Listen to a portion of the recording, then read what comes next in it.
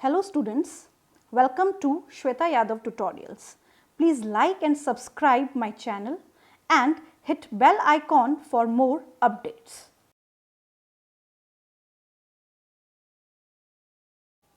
Last video में हमने पढ़ा था मेल रिप्रोडक्टिव सिस्टम में कौन कौन से डिफरेंट पार्ट्स होते हैं। हम पढ़ रहे हैं human reproduction according to NCERT. हम एनसीईआरटी की एक एक लाइन डिस्कस कर रहे हैं जिससे आपको हर लाइन का मतलब अच्छे से समझ में आ सके। The testes are situated outside the abdominal cavity within a pouch called scrotum. Very important.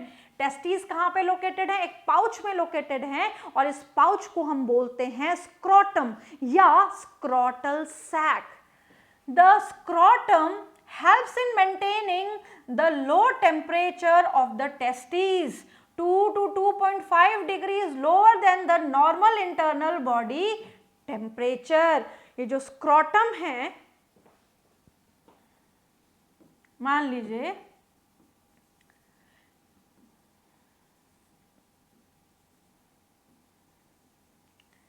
ये टेस्टिस है और ये जो पाउच है जहां पे टेस्टिस प्रेजेंट है, दिस इज स्क्रोटम। तो स्क्रोटम क्या प्रोवाइड करते हैं? 2 to 2.5 degrees lower temperature provide करते हैं then the normal body temperature, जो कि स्पर्म प्रोडक्शन के लिए जरूरी है, साथ साथ में स्पर्म के मैच्योरेशन के लिए भी जरूरी है और स्टोरेज के लिए भी जरूरी है। इन अडल्ट्स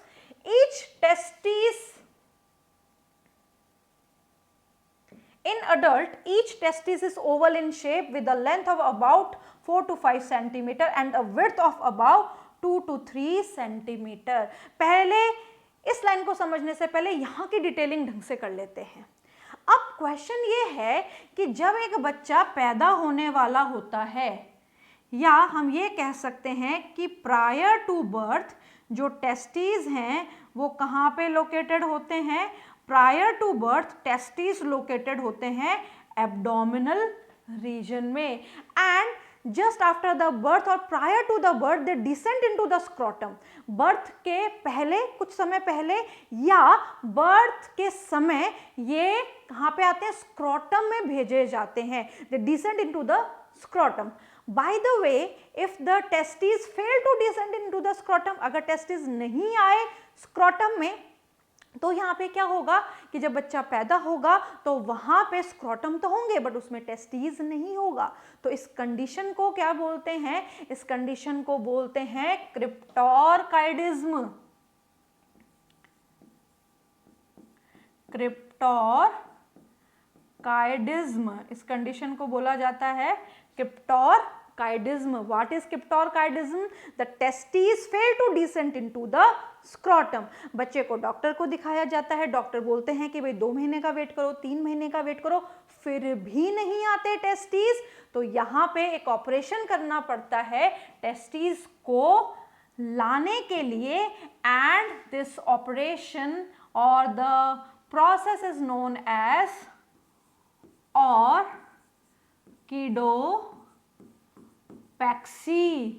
क्या बोला जाता है इसको? ऑर्किडोपैक्सी।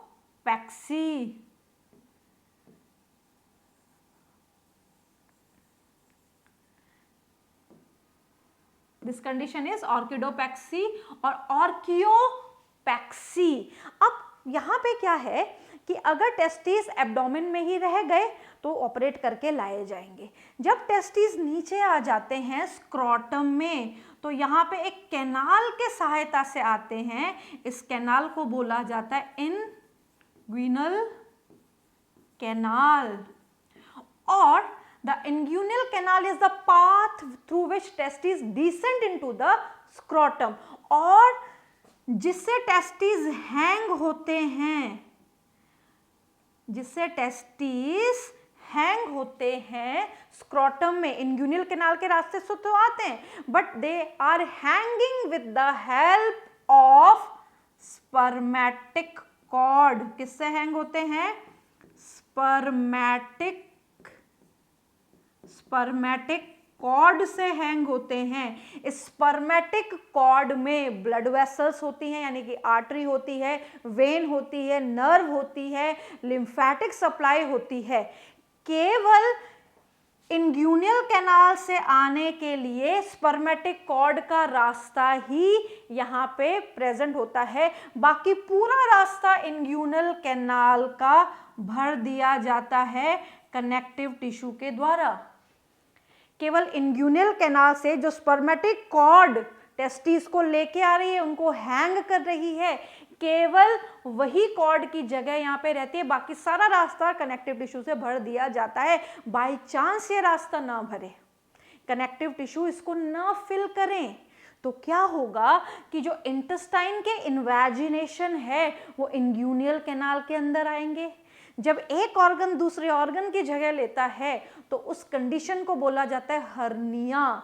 तो इस कंडीशन में जब इंटेस्टाइन यहाँ पे इस तरीके से इंग्यूनियल कैनाल से अंदर की तरफ इन्वेजिनेट कर जाएगी तो इस कंडीशन को बोला जाता है इंग्यूनल हर्निया। क्या बोला जाता है? इंग्यूनल हर्निया। अब यहाँ पे दो और इम्पॉर्टेंट बात, जब हम बात करते हैं टेस्टिस की, तो टेस्टिस जो हैं वो मसल से क्या रहते हैं? मसल से रेगुलेटेड रहते हैं, यानी कि जो मसल्स टेस्टिस के पास प्रेजेंट होती हैं वो सेंसिटिव टू टेम्परेचर हैं। दो टाइप की मसल हैं, cremaster muscle and dartos muscle. ये जो क्रीमेस्टर और डार्टोस मसल हैं ये दोनों की दोनों ही सेंसिटिव टू टेम्परेचर हैं। तो यहाँ पे मान लीजिए ये टेस्टिस हैं और इसके बाहर जो मसल हैं वो है डार्टोस, और जो स्पर्मेटिक कॉर्ड के साथ साथ आ रही है और डार्टोस के बाहर प्रेजेंट है, इस मसल को बोला जाता है क्रीमेस्टर। ये दोनों मसल इंपॉर्टेंट हैं कि जब अगर बाहर का टेम्परेचर ज़्यादा है या कम है तो ये उसको मैनेज करेंगे। मान लीजिए बाहर का टेम्परेचर कम है तो ये क्या करेगी, सबसे पहले जो डार्टोस मसल है ये कॉन्ट्रैक्ट होगी, और कॉन्ट्रैक्ट होने के साथ साथ ये स्क्रोटम की स्किन को भी कॉन्ट्रैक्ट करवा देगी। तो स्क्रोटम की स्किन में पड़ जाएंगे रिंकल, जिससे हीट लॉस नहीं होगा। और साथ साथ में क्रीमेस्टर मसल क्या करेगी, ये स्क्रोटम को ऊपर खींचेगी और ऊपर खींच के ये स्क्रोटम को बॉडी वॉल से के पास लेके जाएगी, जिससे बॉडी वॉल के साथ साथ वो हीट ले सके, गर्म रह सके।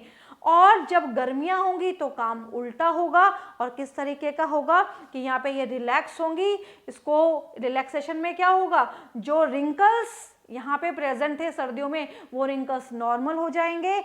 हीट लॉस किस फॉर्म में होगा, स्वेट की फॉर्म में होगा, कूलिंग इफेक्ट मेंटेन रहेगा, और यहाँ पे क्रीमेस्टर मसल्स भी उस वक्त रिलैक्स होंगी। और इस तरीके से दोनों मसल्स मिलके क्या कर रही हैं, टेस्टिस के टेम्परेचर को रेगुलेट कर रही हैं। यानी कि है तो ये स्क्रोटम रिलेटेड मसल, बट यहाँ पे किसका मेंटेनेंस कर रही हैं ये, कि जिससे टेस्टिस प्रॉपरली स्पर्म बना सके, इसलिए उनको रेगुलेट कर रही हैं। Next is in adult each testis is oval in shape. Adult में जो टेस्टिस हैं वो ओवल इन शेप है, length 4 to 5 centimetre and width 2 to 3 centimetre. 4 to 5, 2 to 3 centimetre length and width.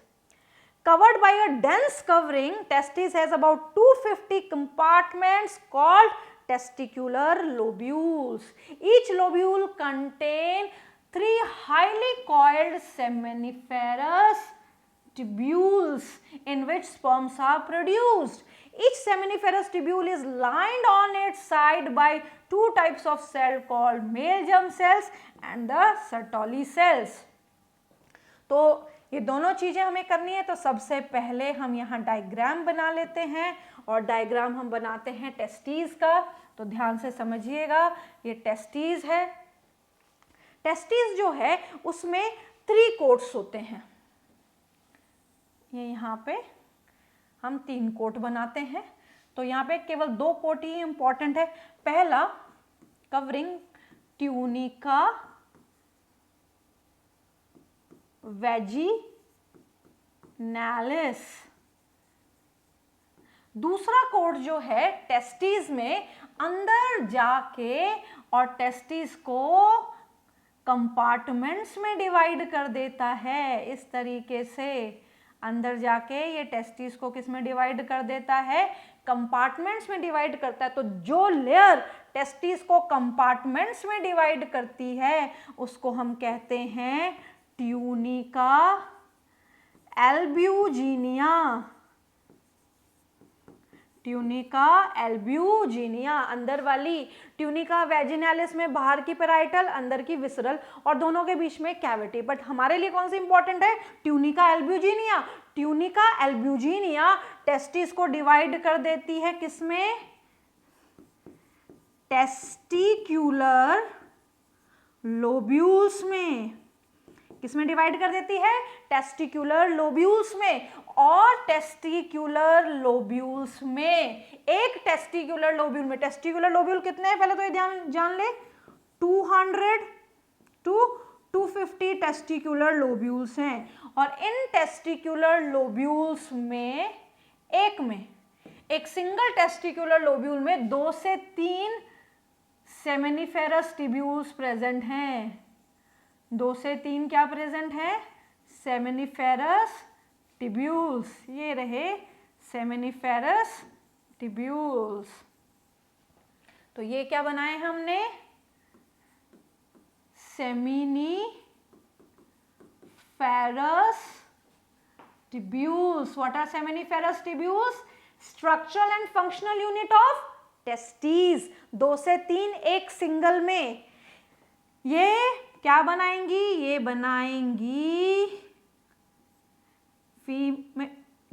Male gamete, not female gamete. These are responsible for the production of the male gamete. Male gamete मतलब sperm भी बनाएंगी और इनके आसपास की जो जगह है वो हार्मोन भी बनाएंगी। उसको हम हिस्टोलॉजी में डिस्कस करेंगे। अब ये जो सेमिनिफेरस टिब्यूल्स हैं ये स्टेट ट्यूब में ओपन हो जाते हैं। ये स्टेट ट्यूब में ओपन हो गए इस तरीके से। And these straight tubes are known as tubuli recti.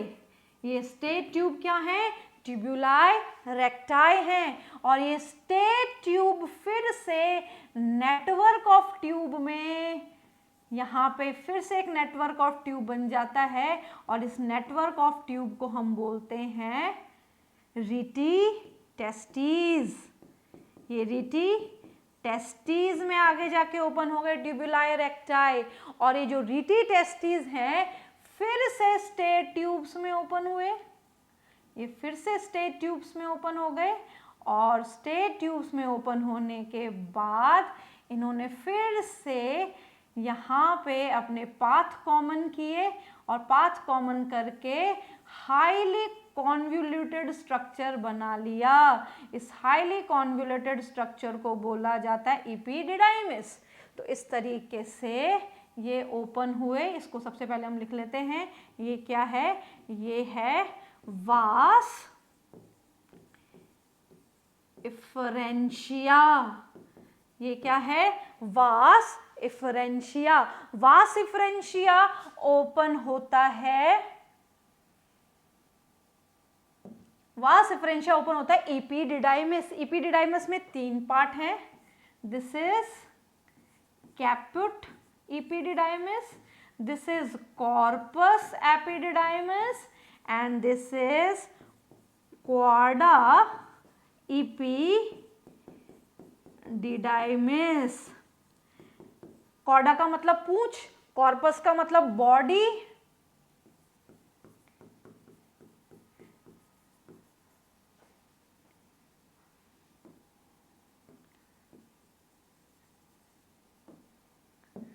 Corpus का मतलब बॉडी,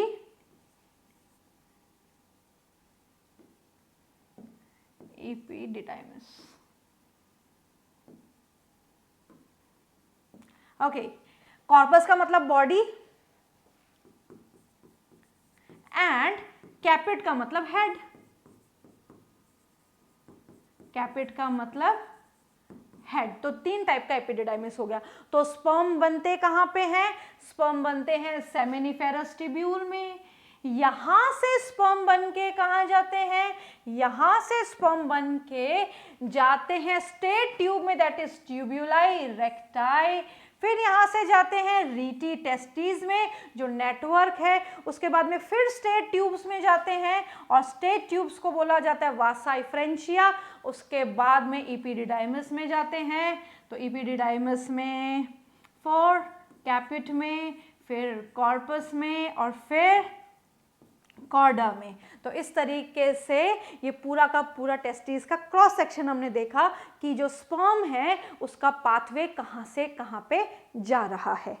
तो यहाँ पे हमने बात की कि जो टेस्टिस है उसको हमने क्या किया, मान लीजिए टेस्टिस है उसको हमने ऐसे कट करके और हम सामने से देख रहे हैं, तो सामने से हमें डिफरेंट कंपार्टमेंट्स दिखते हैं और टेस्टिस की स्ट्रक्चरल यूनिट सेमिनिफेरस ट्यूब्यूल्स भी दिखते हैं। एपिडिडाइमिस स्पर्म को स्टोर भी करता है, मैच्योर भी करता है, और इसको स्टोर करने के लिए और मैच्योर करने के लिए भी टेम्परेचर रेगुलेट करना जरूरी है।